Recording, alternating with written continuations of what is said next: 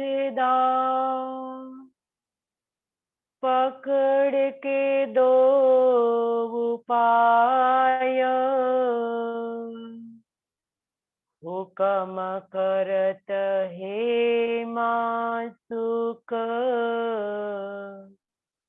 बीच आशिक के दिल आय। मासुक तुम्हारी अंगना, तुम अंगना के मासुक, ए हुक्मे इलम दृढ़ किया, हजूरों क्यों ना हो टुक टुक, हजूरों क्यों ना हो टुक टुक।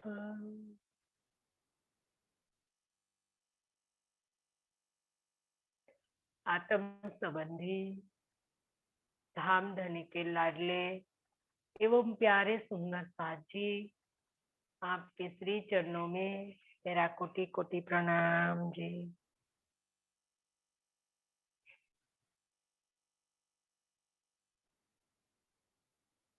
हीन झिमी में पातशाही, कंदो 40 साल, चई खूटे पुना कागर, जाहिर किया वो गाल, असी आया आंजे हुक्मे,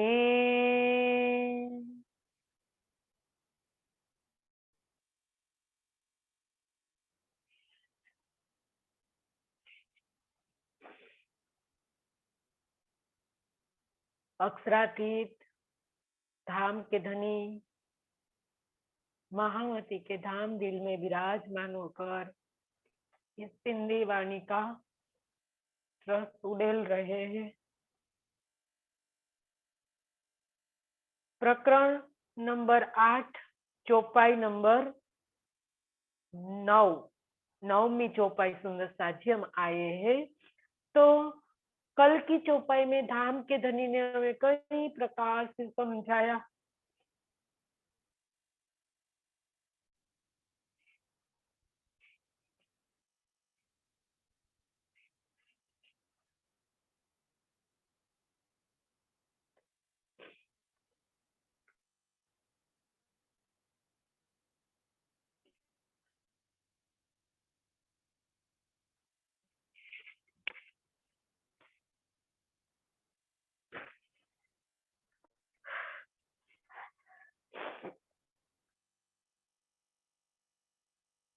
किस प्रकार से संसार के अंदर पार ब्रह्म आने की जो साक्ष्या दी गई थी, इस साक्ष्या के अनुसार इस संसार के अंदर वो जाहिर हो गए।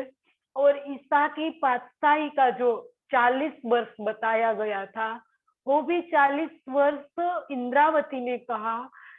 इनकी बारे में भी चारों ओर पता चल गया कि ईसा की पातशाही का बरस कहे 40, मतलब ईसा की पातशाही मतलब ईसा को जो इच्छा थी कि इस संसार के अंदर मैं जागनी करूं और कतेब परंपरा के जो भी मायने हैं वो मुझसे खुले, ये सब इच्छा थी।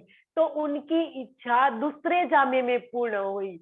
तो वहां से इन ईसा की पातशाही का 40 साल गिना जाएगा। इनमें सुंदर साथ जी 1735 से लेकर 1775 तक ईसा की पातशाही का 40 साल गिना जाएगा। इनमें श्री जी के तन से 16 साल की लीला हुई, मतलब 1735 से लेकर 1751 तक श्री जी के तन से लीला हुई। इसके बाद 51 से लेकर इसके बाद 1775 तक महाराजा छत्रसाल से 24 वर्ष की जो लीला हुई, तो कुल मिलाकर 40 वर्ष ईसा की पातशाही का वर्ष कहा गया है। तो ये सब सुंदर साजी वितक के माध्यम से हम जानते हैं, लेकिन यहाँ इंद्रावती ने हम सब सुंदर साथ को याद दिलाया कि हे सुंदर साथ जी, आपको पता है ईसा की पातशाही का वर्ष किसको कहा गया? कि जिसके अंदर सागर श्रृंगार परिक्रमा खिलवत, जो तारतम का तारतम जिसको कहा गया है,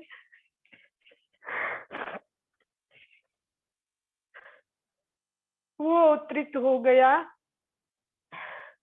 तो ये पता चारों दिशाओं में फैल गया। तो इस बात को मैं उजागर कर रही हूँ। इंद्रावती कहती है कि इस बात को मैं इस हिंदी वाणी में उजागर क्यों कर रही हूँ, क्योंकि मेरी परमधाम की आत्माएं इस संदेश को सुने और सुन के अपनी आत्मा को जागृत करे। तो इस चौपाई के अंदर कल कई विस्तार से धनी ने समझाया, और आगे भी यही बात स्पष्ट कर रही है इंद्रावती कि असा आयो आंजे हुकमे मंज लैलत कदर सो साल रखिया डंकई जाहिर किया आखिर अस्सी आसो आंजे हुक्म। मतलब आपके आदेश से हम आत्माएं भी इस मायावी जगत की लैलतुल मंज लैलत कदर, मतलब जगत की लैलतुल कद्र में आई, सो साल रखिया ढंकई। तो परमधाम की इन अनमोल खजाना निधि, जो ईसा की पातशाही का जो 40 वर्ष के बाद जो अवतरित हुआ खजाना, तो इसको कितने साल तक ढका हुआ रखा? तो ये कहा कि इस निधि को 100 वर्ष तक छिपी रही और अंत में पद्मावतीपुरी धाम में प्रकट हुई। तो ये बात यहाँ इंद्रावती कहती है, और इनके कहने का आशय है कि हे धाम के धनी, हे मेरे प्रियतम, इस संसार के अंदर हम सब आत्माएं आई खेल देखने के लिए, और कौन सी रात्रि में आई? तो इनमें बताया लैलतुल कद्र, मतलब सामर्थ्यवान परमात्मा की एक लंबी रात्रि। लैलतुल कद्र का अर्थ सुंदर साजी कई सुंदर साथ लेते हैं व्रजरास और जागनी। व्रजरास और जागनी नहीं है, इनका अर्थ है कि सामर्थ्यवान। कद्र, कद्र मतलब सामर्थ्यवान, कादर, वो सामर्थ्यवान। लैल, लैल का मतलब लंबी, तुल का मतलब रात्रि, सामर्थ्यवान कादर की एक लंबी रात्रि के जिसके अंदर हम सब सखियाएं इस खेल को देखने के लिए आई है। तो परमधाम की अनमोल निधि अब इस संसार के अंदर सखिया आई, तो क्या आया? सुंदर साथ जी, संसार को पता ही नहीं था कि ब्रह्मात्मा ये कौन है, पार ब्रह्म कौन है, ये संसार क्या है, इस संसार की जाली क्या है। वेद वैराट का कोहड़ा करके लिखा गया है, किसी को भी पता नहीं है कि इस जाली में से किस प्रकार से बाहर निकला जाए। ऐसी अवस्था के अंदर ब्रह्मात्मा का प्रादुर्भाव इस संसार के अंदर हुआ, तो परमधाम की अनमोल खजाना उतर गया संसार के अंदर, तारतम आ गया। सुंदर साथ जी, जो संसार अज्ञानता की आगोश में पड़ा हुआ था, किसी को भी पता नहीं था कि हम कौन हैं, कहाँ से आए हैं और हमें कहाँ जाना है, हमारी आत्मा का प्रियतम कौन है, इनका स्वरूप कैसा है और उनका धाम कहाँ है, इसके बारे में किसी को भी पता नहीं था। तो इस पता लेकर श्यामा जी आए, हम सब साथ में आए, लेकिन श्यामा जी ने खोजा तो धनी उनको तारतम देने के लिए आए। तो ये निधि बोला गया है, इस तारतम को ही निधि बोला गया है। सुंदर साथ जी, अब तो जो ईसा की पातशाही का 40 वर्ष है वो तो इसके बाद की बात है। सिर्फ तारतम आया, इस संसार के अंदर रूहल्ला आई, तो इस ज्ञान को 100 साल तक ढंका हुआ माना गया। क्यों? कयामत के अंदर कहा कि 99 कहीं हुरम, बड़ा कयामत नामा के अंदर ये बात को स्पष्ट किया गया है कि बरस 99 कहीं हुरम के 100 साल तक इस ज्ञान को ढंका रखा गया। क्योंकि अब जो श्यामा जी पूर्ण रूप से जागृत नहीं हुई थी, क्योंकि कहा गया ने कि व्रजरास ब्रह्म सृष्टि होती व्रजरास में, पर लक्ष्य प्रेम हुआ लक्ष्य बिन, तो लक्ष्य लाए रूहल्ला, पर न था आखिरी इलम। इस चौपाई के आधार पर सुंदर साथ जी हम ये जाने कि जो लोग कई मुतलक इलम न आखरी, तो लोग क्या करे खास उम्मत। जब तक आखरी मुतलक इलम न आवे तब तक खास उम्मत भी क्या कर सकती है। तो पहचान करनी मुतलक, सो गेब घक खिलवत, ये श्रृंगार ग्रंथ की चौपाई है सुंदर साथ जी। इस चौपाई का हम गहरा अर्थ समझे तो इनके अंदर बताया कि ब्रह्म सृष्टि होती व्रज रास में, पर प्रेम हुआ लक्ष्य बिन। जिस प्रकार से हम व्रज में आए, तो व्रज के अंदर जो हमने सुख लिया वो पूर्ण नींद का सुख था। हमें पता ही नहीं था कि हमारा प्रियतम कौन है, हमारा धाम कहाँ है।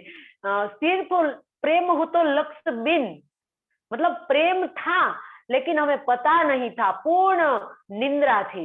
इसके बाद रास में गए तो रास के अंदर आधी निंद्रा उड़ाई गई, तो हमें धनी का पता चला लेकिन धाम का पता नहीं चला। तो इसीलिए कहा कि ब्रह्म सृष्टि होती व्रज रास में, प्रेम हो तो लक्ष्य बिन। ये प्रेम लक्ष्य बिना लक्ष्य का था, तो सो लक्ष्य लाए रूहल्ला। अब रूहल्ला आ गए जागनी ब्रह्मांड के अंदर, तो वो लक्ष्य लेकर तो आ गए। तो वो बताया ना सुंदर साथ जी कि सुंदर बाए देखिया दिल के दीदो माए, व्रज रास की और धाम की, लेकिन जागने की सुध नहीं। इसको वो लक्ष्य लेकर तो वो आ गई, तो वो व्रज की बात करती थी, रास की बात करती थी और परम धाम की बातें बताती थी, लेकिन न था आखिरी इलम। उनके ऊपर जागने की सुध ना है, ये भी बात बताई है। आखिरी इलम नहीं आया था। तो आखिरी इलम का मतलब ये सागर श्रृंगार परिक्रमा खिलवत, तारतम का तारतम, खिलवत से लेकर सुंदर साजी जो है वो सब तारतम का तारतम कहा गया है। उनका अवतरण ही नहीं हुआ था। आखिरी इलम मतलब मुकद इलम जिसको कहा गया है, जिसको निश्चित पूर्ण ज्ञान जिसको कहा गया है, वो ज्ञान अभी तक नहीं आया था और सबको मुकयद ज्ञान की जरूरत थी। सुंदर सा जी मुतलक ज्ञान, मुतलक इलम की जो आने वाला था वो अभी नहीं आया था। तो खासल खास उम्मत क्या कर, किस प्रकार से पहचान करे, क्योंकि उनको पहचान मुतलक की करनी थी, निश्चित परमधाम की पहचान करनी थी, वाहिदत की पहचान करनी थी, हकीकत और मार्फत की पहचान करनी थी। तो वो इल्म ही नहीं आया था, तो किस प्रकार से करे। तो इसीलिए कहा गया था कि सुंदर बाये देखिया दिल के दीदो माए, व्रज रास और धाम की, पर जागन की सुध नाही। तो श्यामा महारानी पूर्ण रूप से जागृत नहीं हुई थी, वो जागृत नहीं हुई थी। तो सुंदर साथ जी इसीलिए कहा, क्योंकि वो आई 1738 में, तो वहां से लेकर 1638 में हो आई, तो देवचंद्र जी का जन्म हुआ, और होने के बाद इनके अंदर श्यामा महारानी का प्रगटन हुआ। तो वहां से सुंदर साथ जी वो साल गिना जाएगा 1638 से लेकर 1738 तक। 1738 के बाद जब रामनगर पहुंचते हैं, दूजे जामे के अंदर श्यामा महारानी जब बैठती है, तब सुंदर साथ जी रामनगर से तारतम का तारतम उतरना शुरू हो गया, और पन्ना जी के अंदर खिलवत, परिक्रमा, सागर, श्रृंगार, सब मार्फत सागर, सिंधी, सब ज्ञान अवतरित हुआ। तो सुंदर साजी उनको कहा गया है 100 साल ढपती रही, वो लीला 100 साल तक छिपी रह गई, और इसके बाद दूजे जामे में ये जाहिर हुई। तो ये भी सुंदर साजी इसकी कलश हिंदुस्तानी में इसकी स्पष्टता की गई है कि आवेश जाको में देखे पूरे, जोग माया की नींद होए।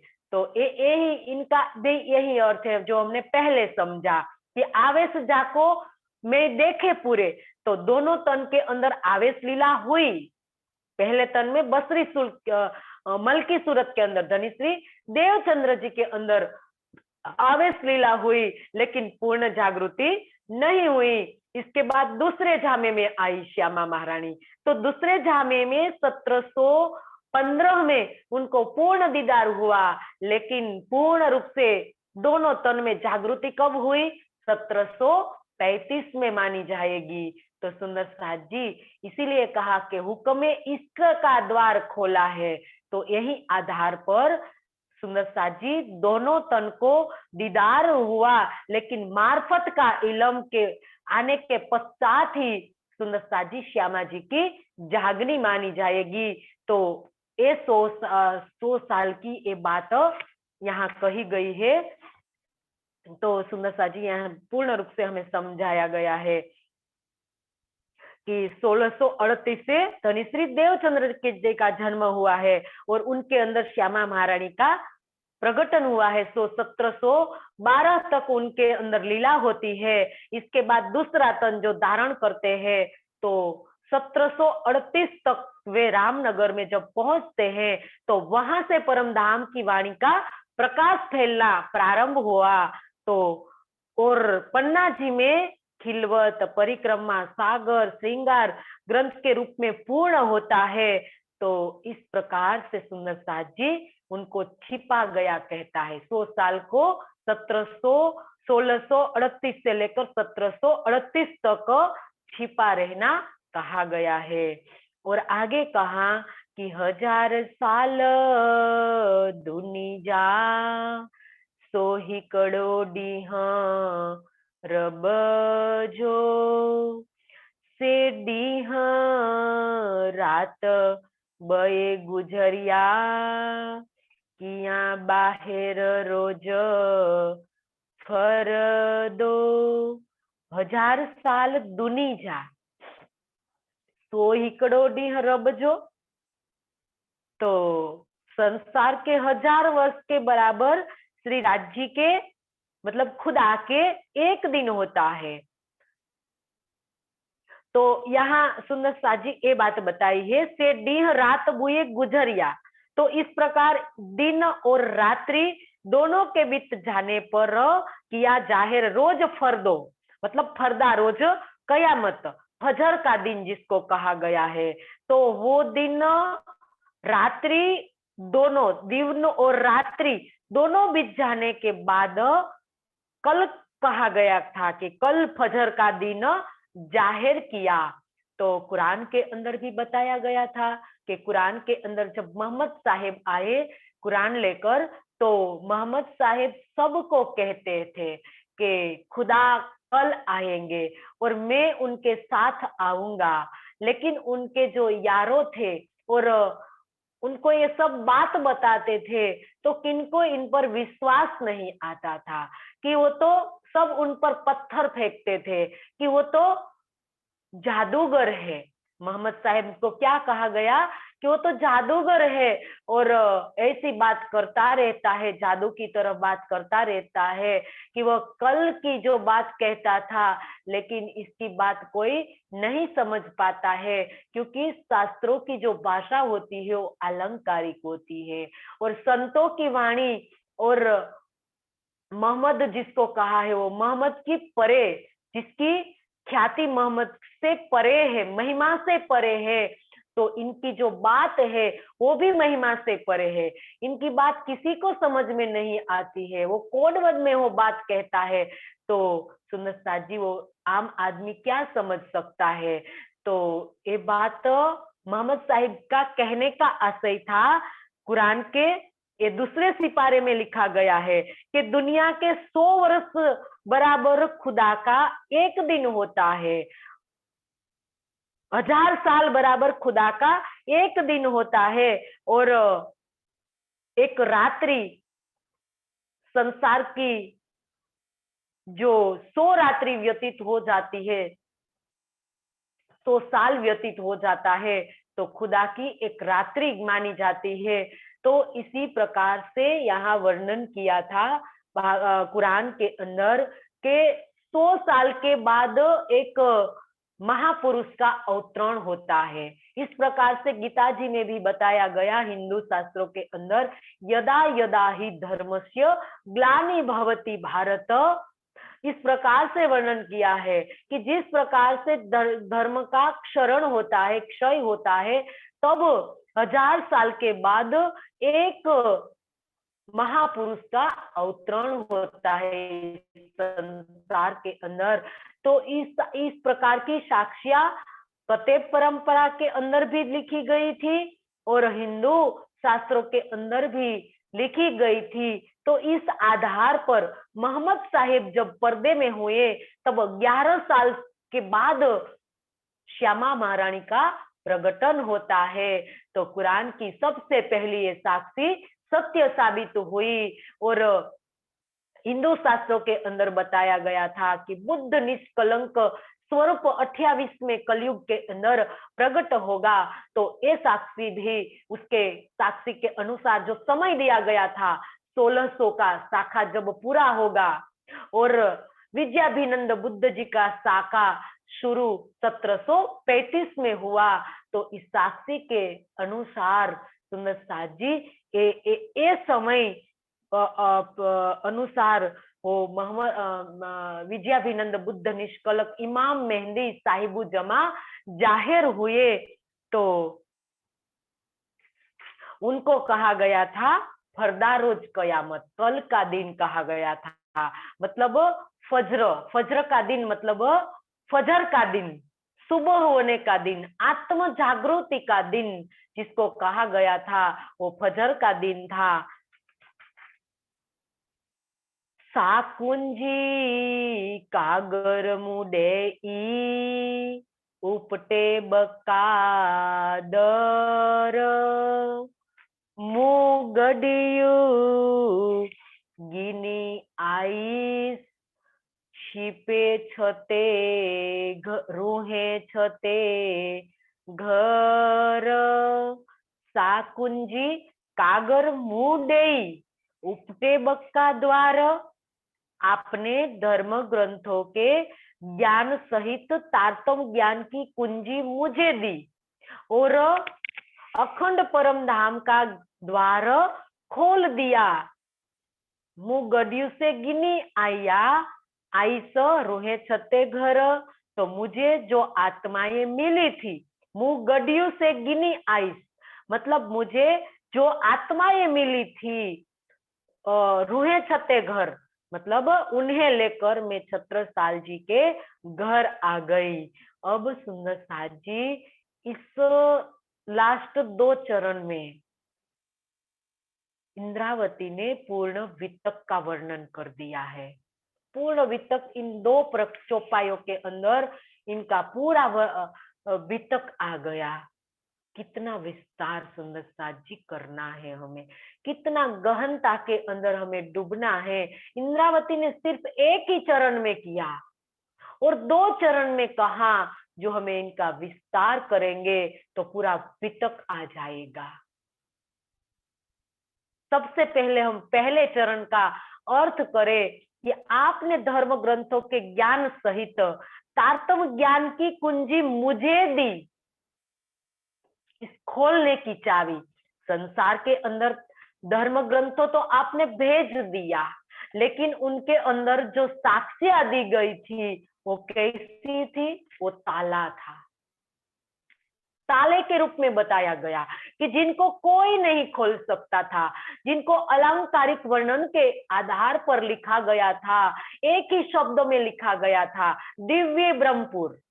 फक्त वेद के अंदर लिखा था दिव्य ब्रह्मपुर ही ऐसी व्योमनी आत्मा प्रतिष्ठित। तो इतना लिखा, लेकिन आत्मा का घर परम धाम है। आत्मा मतलब परमात्मा, दोनों एक ही है। तो परमात्मा का घर परम धाम है, लेकिन परम धाम का वर्णन वेद में नहीं लिखा है या उपनिषद में भी नहीं लिखा है परम धाम का वर्णन। और घोड़ों को कलंकित कहिया और इनका श्वेत घोड़े पर वो आएगा, ऐसा पुराणों में लिखा गया है। तो वो घोड़ा कौन है? और घोड़े का 3 पैर जमीन को स्पर्श करता हुआ दिखाई दिया गया और एक पैर जो ऊंचा दिखाया। तो इसी प्रकार की जो साक्ष्य दी गई थी पुराणों के अंदर, तो सब कोड वर्ड में थी, कोई इनको समझ नहीं पाता था। तो इनको ताला कहा गया कि धर्मशास्त्रों के अंदर जो ताला बताया गया था, तो इनको खोलने की चाबी मतलब तारतम ज्ञान आपने मुझे दिया। तारतम ज्ञान रूपी कुंजी कहा है। तो कुंजी की जरूरत कब पड़ती है सुंदर साथ जी? जब ताला होता है तो उनको खोलने के लिए चाबी की जरूरत पड़ती है। तो इस धर्मशास्त्रों के अंदर जो बताया गया था, तो वो खुलेगा तारतम ज्ञान रूपी चाबी से, जिनको मास्टर की कहा गया है। वो मास्टर की अभी तक संसार के अंदर नहीं आई थी, तो उनको कौन खोलेगा? जिसको निराकार का ताला कहा गया था कि निराकार को पार करके अभी तक पंचवासना को बाध करें हम। पंचवासना की बात नहीं है, इनके अलावा किसी ने भी निराकार से आगे कोई नहीं गया। सिर्फ अक्षर की पंचवासना निराकार को पार करके गई। तो सुंदर साथ जी यहाँ धर्मशास्त्रों को खोलने की चाबी इंद्रावती ने धनी ने इंद्रावती को दी और सब अखंड परम धाम का द्वार खोल दिया। इस मास्टर की से क्या हुआ? सब उजागर हो गया। अखंड परम धाम का दरवाजा इंद्रावती ने खोल दिया। निराकार का तो क्या, उनके तो कोई विशेषता ही नहीं है। इनके आगे, अखंड परम धाम के आगे तो सब निष्फल हो जाते हैं। तो इंद्रावती ने इस तारतम ज्ञान से परम धाम का दरवाजा खोल दिया। तो अब खुल जाने से क्या हुआ? तो मुझे जो आत्माएं मिली, तो यहाँ चारों दिशाओं में शोर फैल गया। जब इस आत्म ज्ञान संसार के अंदर आया और सबको विदित हो गया, परमात्मा के धाम के बारे में पता चल गया, उनके स्वरूप के बारे में पता चल गया और उनके लीला के बारे में पता चल गया, तो चारों ओर ये बात फैल गई। तो इसीलिए कहा कि प्रगटे पूर्ण ब्रह्म सकल में, ब्रह्म सृष्टि सिरदार, ईश्वरीय सृष्टि और जीव की सब आए करो दीदार।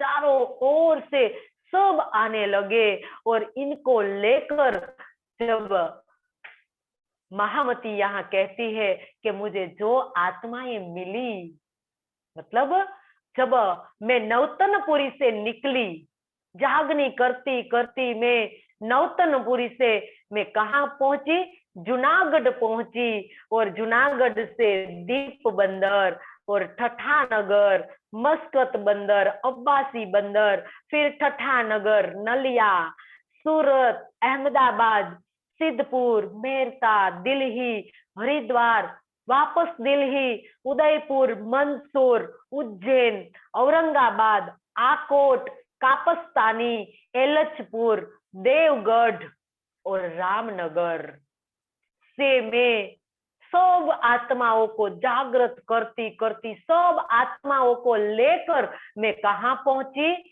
छत्रसाल जी के घर पहुंची। तो रामनगर से पन्ना, पन्ना से गड्ढा, और सॉरी, रामनगर से गड्ढा, गड्ढा से वापस रामनगर, और रामनगर से मऊ और अगरिया होकर श्री जी पन्ना पहुंचे, और पन्ना से श्री जी मऊ आए, और मऊ महाराजा छत्रसाल जी के घर पहुंचे शाकुंडल को जागृत करने के लिए। तो यहाँ इंद्रावती पूरा वितक की बात बता रही है, हमें समझनी है। साथ जी 1 घंटे की चर्चा में ये बात, सारी बात का विस्तार नहीं होता है, हमें इनका मंथन करना है। हमें सिर्फ ईंट दे दी जाएगी कि हे सुंदर साथ जी ये 2 चरण के अंदर पूरा वितक बताया गया है। तो इस वितक को हमें मंथन करना है। जब हम मंथन करेंगे तब हमारे अंदर से अंकुर जागृत होगा। परम धाम की आत्मा का जो अंकुर होगा तो तुरंत ही ले लेगा, इस एक एक बात को ब्लोटिंग पेपर की तरह वो चूसेगा। वो आत्म होगी, वो चूस लेगी, एक एक बात को ग्रहण करेगी। सुंदर साथ जी कहने का मतलब वो एक एक बात को ग्रहण करेगी, जिस प्रकार से मेहराज ने किया था। उनके अंदर इंद्रावती की आत्मा बैठी हुई थी, वो सदगुरु के मुखारविंद से जब चर्चा सुनती थी तो किस प्रकार से ग्रहण करती थी, एक एक शब्द को दिल में उतारती थी और दूसरे दिन इस पर चलने शुरू कर देती थी। वो परम धाम की आत्मा थी, सुहागिन आत्मा जिसको कहा गया है। तो सुंदर साथ जी उनकी रहनी ये है। तो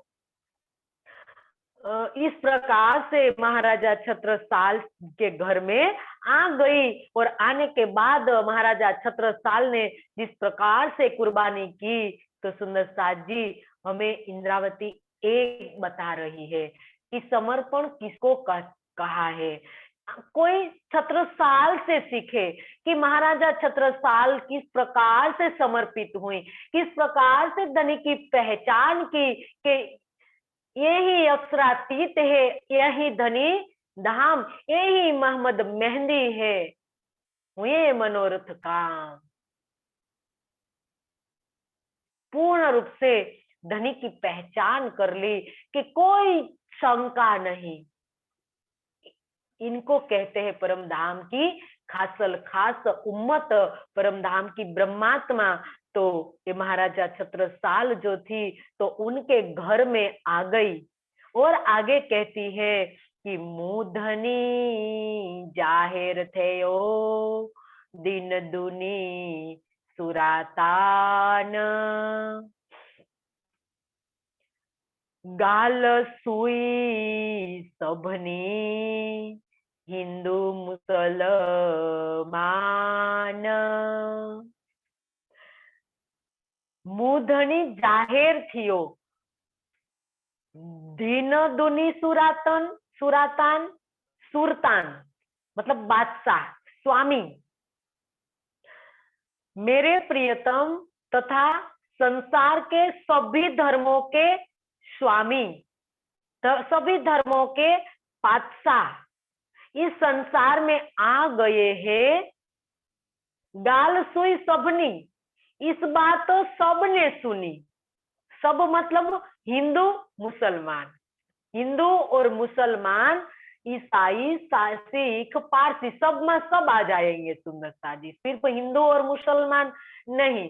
हिंदू और मुसलमान के अंदर सब आ गए, यहूदी और जो भी उनके फिर के जो बने हुए हैं, उनके अलग अलग, हिंदुओं के अंदर भी अलग अलग फिर के बने हुए हैं, मुसलमान के अंदर भी अलग अलग जो फिर के बने हुए हैं, उनको उनको ही 10 धर्म, बड़ा धर्म 10 बताया गया है। हिंदू, ईसाई, सिख, पारसी, ताओ, कई प्रकार के 10 बड़े धर्म। वो धर्म एक है, लेकिन यहाँ ये सब फिर के बताए गए हैं। तो ये सब फिर के स्वामी, जिसको एक धर्म का जो स्वामी कहा गया है, वो पार ब्रह्म इस संसार के अंदर आ गए और ये बात सबने सुनी, सब मतलब पूरा ब्रह्मांड ने सुनी।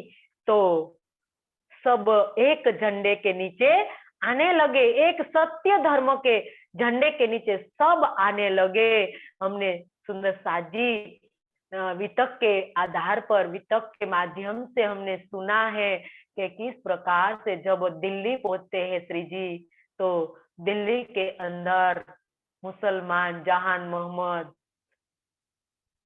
अवल खा, मिहिन खा, कई प्रकार के मुसलमान जो थे श्री जी के चरणों में आने लगे।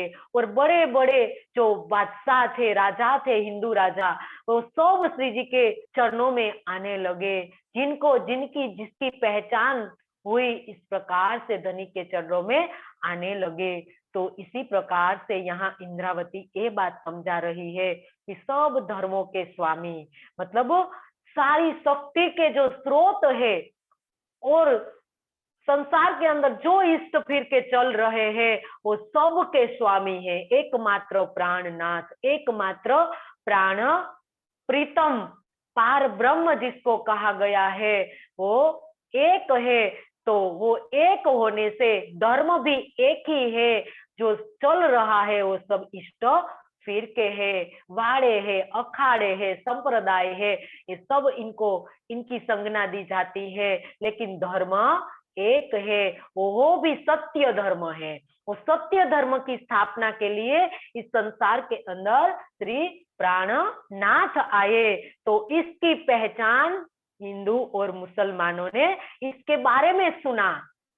हिंदुओं ने क्या सुना कि संसार के अंदर सबके परमात्मा बुद्ध निष्कलंक स्वरूप इस संसार के अंदर कल की स्वरूप जाहिर हो गए हैं। और इसी प्रकार से मुसलमान ने सुना, संसार के अंदर कुरान में लिखा गया था कि इमाम मेहंदी आएंगे तब मुर्दा कब्र में से मुर्दा उठेंगे। तो ये साक्षी के आधार पर सूफी फकीरों ने उस पर विश्वास किया। तो सुंदर साजी कोई मुसलमान सूफी संतों इस संसार के अंदर प्राणनाथ जी के चरणों में आ गए। और जो संतों महंतो ऋषि मुनि पैगंबर तीर्थंकर सब पार ब्रह्म की जो राह देखकर बैठे हुए थे, तो वो भी श्री प्राणनाथ जी के चरणों में आने लगे। तो यहाँ ये कहा है कि हिंदू और मुसलमान सब ने सुना कि एक परमात्मा उनने जो साक्षी दी गई थी, शास्त्रों के अंदर जो साक्षी दी गई थी, इस साक्षी के आधार पर संसार के अंदर पार ब्रह्म आ गए हैं। तो सब श्री प्राणनाथ जी के चरणों में आने लगे। वडी रांद दिखारिए असावडियू करे तो पशु वडाई अंकिए जे सब दुनिया सई फिरे। वडी रांद दिखारिए, हे धामधनी, आपने हमें इस संसार में महान गरिमा वाला बनाया है, आशा वडियू करे तथा माया के इस बहुत बड़े रहस्यमय खेल को दिखाया है। तो पशु वडिया अंकिए, मैं अपनी आंखों से इस शोभा को देखना चाहती हूँ। जे सब दुनिया सही फिरे, जिसमें सारी दुनिया आपके आदेश में चले। अब इंद्रावती का कहने का यहाँ भाव बहुत गहरा है सुंदर सास जी के धाम धनी को कहती हैं क्योंकि वो हमारी वकील बनी है। ये साक्षियां इंद्रावती क्यों दे रही है धर्मशास्त्रों की? इसीलिए दे रही है कि हे धामधनी, धर्मशास्त्रों के अंदर आपने जो साक्षियां दी और आपने हमें गरिमा वाला बनाया, महान गरिमा वाला। इस संसार के अंदर आपने तो हमें गरिमा वाला बनाया है। आपने जो ब्रह्मात्मा की जो सिफत लिखवाई है धर्मशास्त्रों के अंदर, सुख व्यास को है भागवत में, प्रेम नहीं त्रिगुण पास। सो प्रेम लेकर कौन आए संसार के अंदर? बताया कि गोपिकाएं लेकर आई संसार के अंदर, और उस प्रेम को खोजने के लिए लेने के लिए त्रिगुण भी तरस रहे हैं। उनकी चरण धूलि लेकर त्रिगुण लेने के लिए त्रिगुण तरस रहे हैं। ब्रह्मात्मा की चरण धूलि खोज रहे हैं। खोज थके त्रैगुण, ऐसा भागवत में बताया गया है कि ब्रह्म सृष्टि की चरण धूलि खोज थके त्रैगुण। ये संसार ब्रह्मांड के अधिपति जिसको कहा गया है, जिसको महान गरिमा वाला जिनको कहा गया है, इस संसार के ब्रह्मांड, इस ब्रह्मांड के ब्रह्मा विष्णु और महेश, वो भी ब्रह्मात्मा की चरण धूलि खोज रहे हैं। तो सुंदर साजी, इस प्रकार की गरिमा संसार में, संसार के शास्त्रों के अंदर धनी ने दी, लिखवाई है और लिखवाया है कि हे परम धाम की ब्रह्मात्माएं, आप इस संसार के अंदर आई हो तो आपके चरण धूलि से पूरा ब्रह्मांड अखंड होगा। इतना ही नहीं, आपका अक्ष भी बुझा जाएगा।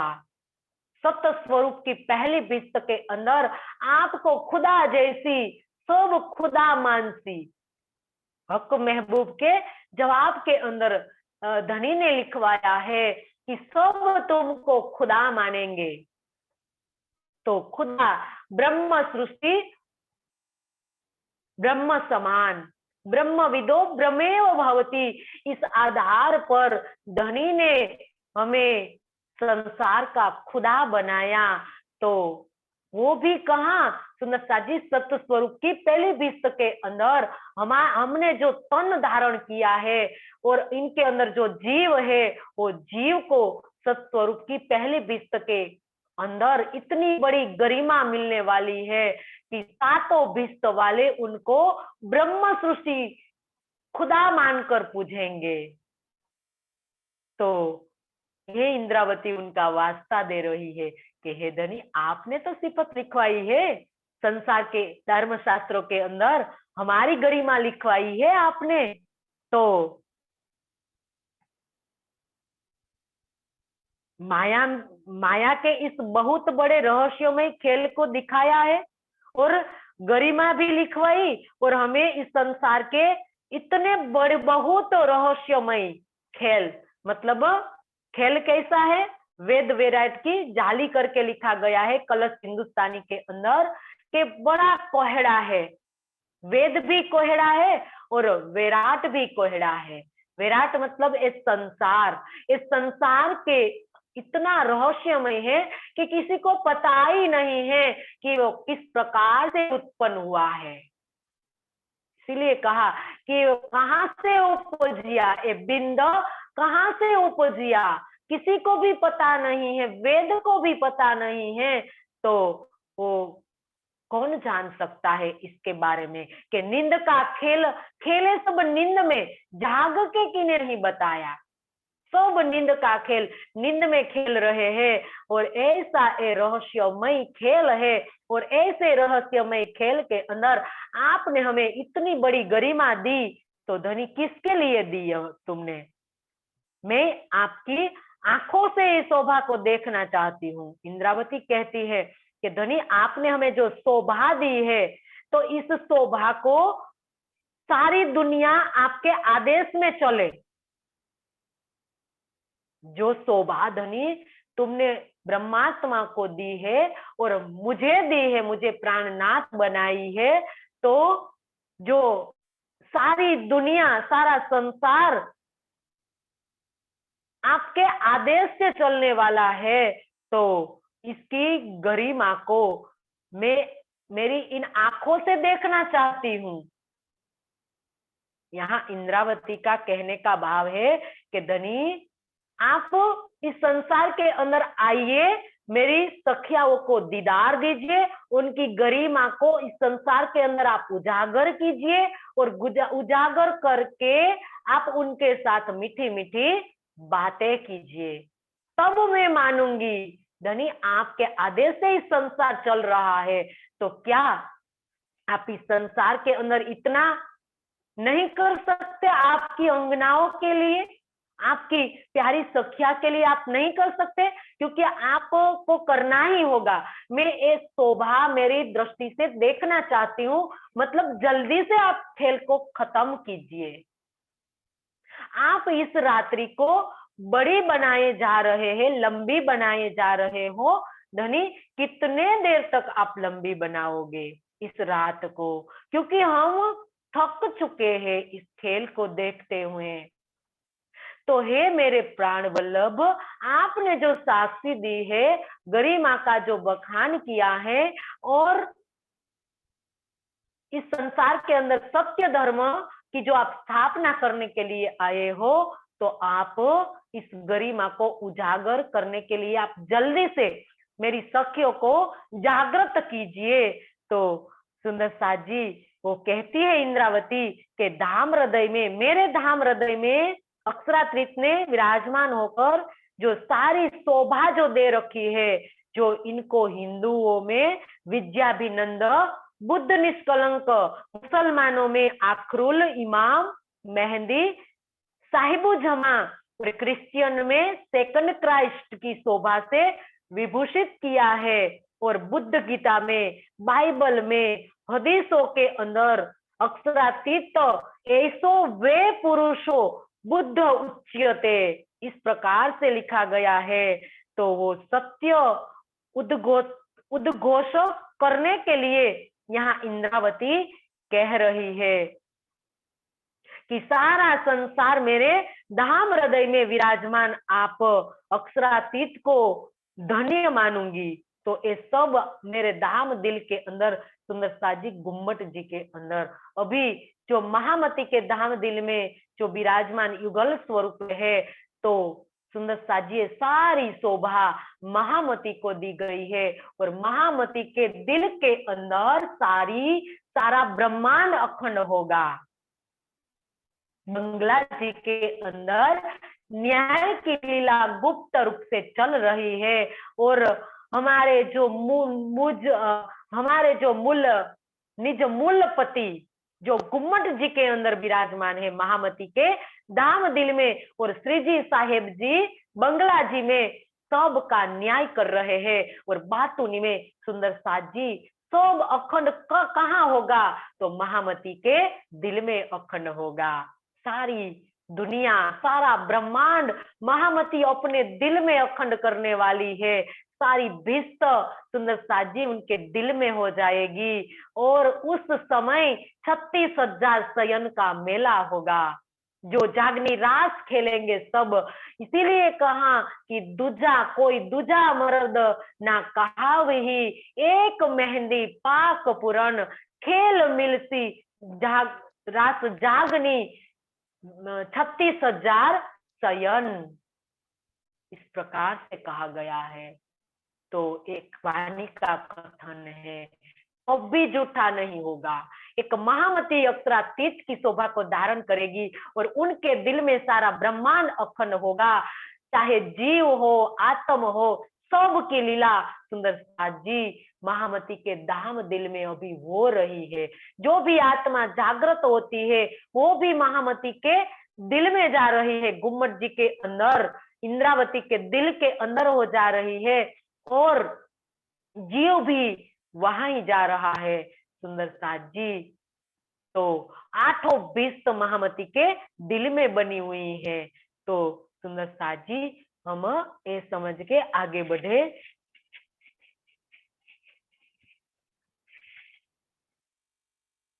क्योंकि अब ऐसा होगा, एक ही धर्म होगा तो कोई नहीं करेगा कहेगा, क्योंकि सारी दुनिया आपके आदेश से चलेगी। अब एक सत्य धर्म नीचे सब आ जाएंगे, सब इष्ट फिर के सब एक सत्य धर्म के नीचे आ जाएंगे, तो कोई नहीं कहेगा कि धनी मेरा, और सबका धनी एक ही पार ब्रह्म होगा, और सबके स्वामी श्री प्राणनाथ जी जाहिर हो जाएंगे संसार के अंदर।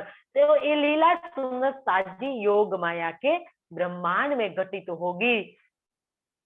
और आगे कहा कि पेरा कागर कई मुके आकी न डियण के सभन से निशान पुना सभनी के या रांद में रोशन पेरा कागर कई मुके आकी न डियण के सभन, संसार के सभी लोगों को विश्वास दिलाने के लिए आपने पहले से ही कोई धर्म ग्रंथों को भेज रखा था।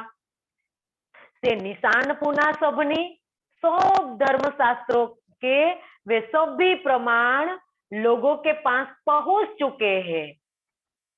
केया रांद में रोशन, और उन्होंने इस संसार में आपको प्रकट जाहिर भी कर दिया है। अब इंद्रावती क्या कहती है, संसार के सभी लोगों को विश्वास दिलाने के लिए आपने पहले से ही कई धर्म ग्रंथों को भेज रखा था। हम आए इस संसार के अंदर, खेल में आए, इससे पहले धाम के धनी ने सब धर्म शास्त्रों के अंदर साक्ष्या दिलवाई थी। और ये इंद्रावती कहती है कि धर्म ग्रंथों के वे सभी प्रमाण लोगों के पास पहुंच चुके हैं। आए आगमवाणी इत मिली, आगमवाणी के मुताबिक जो साक्ष्या दी गई थी, तो आई आगमवाणी इत मिली, विश्वमुख करत बखान कोल सबन के पूरे भये आए सो पहुंचे निशान। तो यहाँ महामती क्या कहती है कि श्री विद्याभिनंद बुद्ध निष्कलंक श्री प्राणनाथ जी के प्रकट होने से सभी भविष्यवाणी सार्थक हो गई।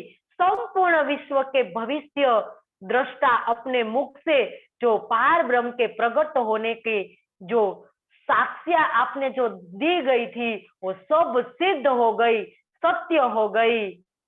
जो आपने लिखा था, पुराण संहिता में लिखवाया था, माहेश्वर तंत्र में, भविष्य दीपिका में,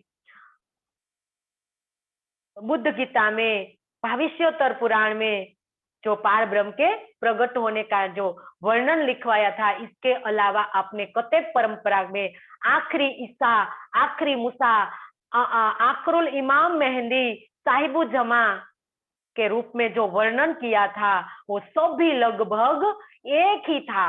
सब एक ही परमात्मा की बात कर रहे थे। अनजाने में सब एक ही प्राणनाथ का गुण गा रहे थे, सिफत गा रहे थे। वो सब की पूर्ण हो गई, सबकी साक्ष्या पूर्ण हो गई। ये आगमवाणी सब मिल गई, तो सब ने प्रमाणों, अपने अपने प्रमाणों से सबके पास सब पहुंच गई है। तो और उन्होंने इस संसार में आपको प्रकट कर दिया है, मतलब आप इस संसार के अंदर जाहिर हो चुके हो। अब तो अब क्या छिपे रहते हो। यह इंद्रावती का कहने का भाव ये है कि हे मेरे प्राण के प्रीतम, आगे की चौपाई में इंद्रावती कहेगी कि धनी आपने भविष्यवाणी के अंदर सब कह दिया है, आप उजागर हो गए हैं, तो आप अब किससे छिप रहे हो।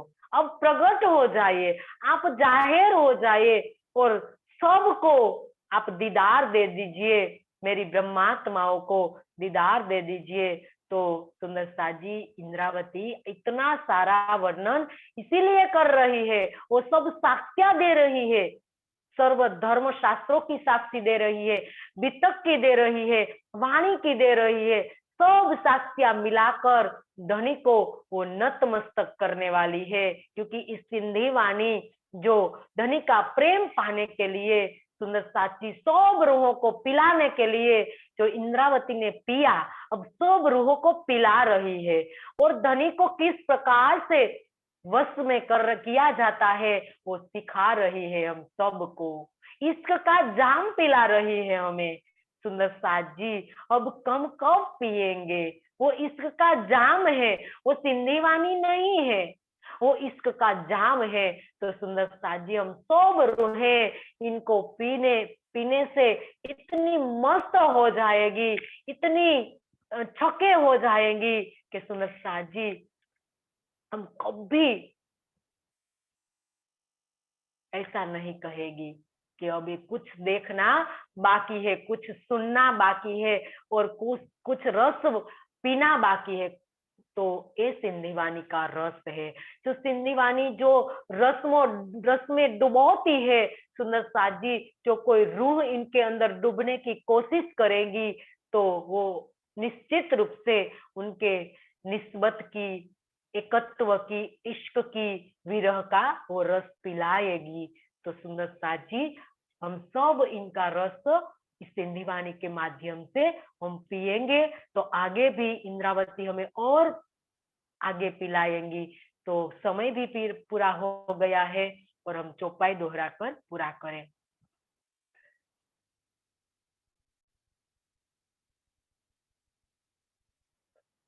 पेरा कागर कोई मुके आकी नडियन के सभन से निशान पुना सभनी किया रांद में रोशन किया रांद में रोशन। बोलिए श्री प्राणनाथ प्यारे की जय, सदगुरु महाराज की जय। सब सुंदर साथ के चरणों में मेरा कोटि कोटि प्रणाम जी।